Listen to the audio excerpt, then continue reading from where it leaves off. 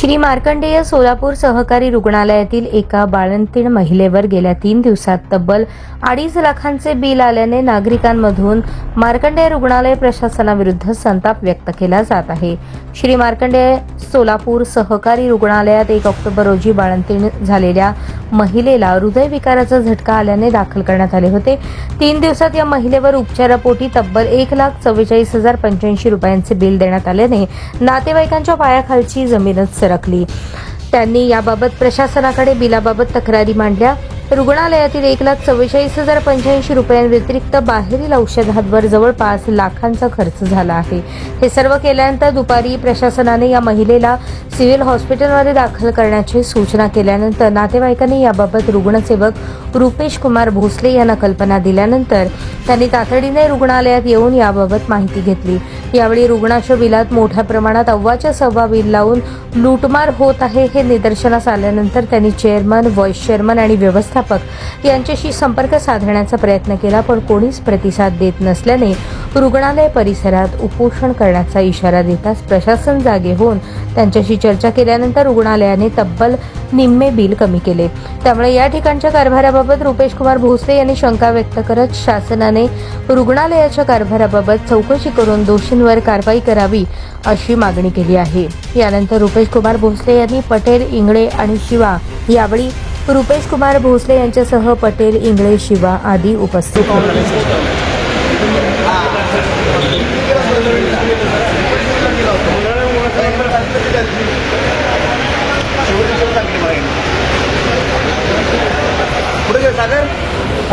Phone करा की recording करून काय करणार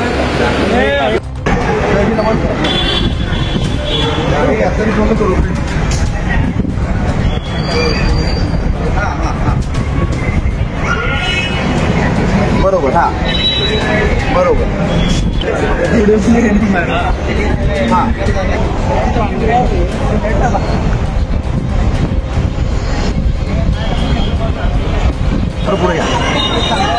आता या ठिकाणी मार्कंडेय सरकारी हॉस्पिटलमध्ये रुग्णांच्या नातेवाईकांचा फोन आल्यानंतर मी इथं उपस्थित झालोय।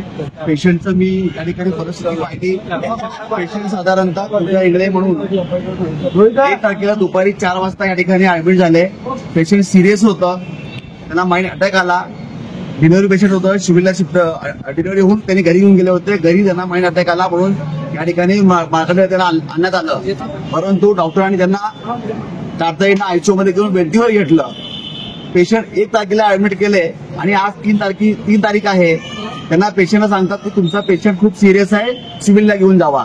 मग यांनी 2.5 दिवस काय काम केले डॉक्टरांनी, काय ट्रीटमेंट केलं त्या पेशंटवर, आणि त्याच्या हातामध्ये बिल दिले 1,43,085 रुपयाचं, म्हणजे 2.5 दिवसाचं बिल या ठिकाणी 1.5 लाख रुपये झालेलं आहे।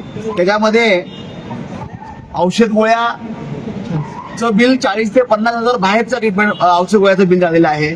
म्हणजे साधारणतः 2.5 दिवसामध्ये 2 लाख या ठिकाणी बिलाला पेशंटला या ठिकाणी भरण्याची परिस्थिती नाही आहे, तरी देखील 2.5 लाख रुपयाचं बिल या ठिकाणी करून ठेवलेलं आहे। म्हणजे सरळ सरळ या ठिकाणी गोरगरिबांची लूट होत आहे, हे सिद्ध होत आहे। म्हणून माझे प्रशासनाला, मी उपोषणाला देखील प्रशासनाला बसलो होतो हॉस्पिटलच्या विरोधात, तरीही प्रशासनाने आधी दुर्लक्ष केलेले आहे। आता या हॉस्पिटलवर चौकशी करावी अशी माझी प्रशासनाला विनंती आहे, आणि चौकशी करून या पेशंटला, गरिबांना योग्य न्याय देण्याचं काम प्रशासनाने करावं, अन्यथा परत मला उपोषणाची पाळी या ठिकाणी येऊ शकते आणि या ठिकाणी तातडीने दखल घ्यावी प्रशासनाने, माझी एवढी नम्र विनंती आहे। अन्यथा मला उपोषणापासून परत पाळी येऊ दे।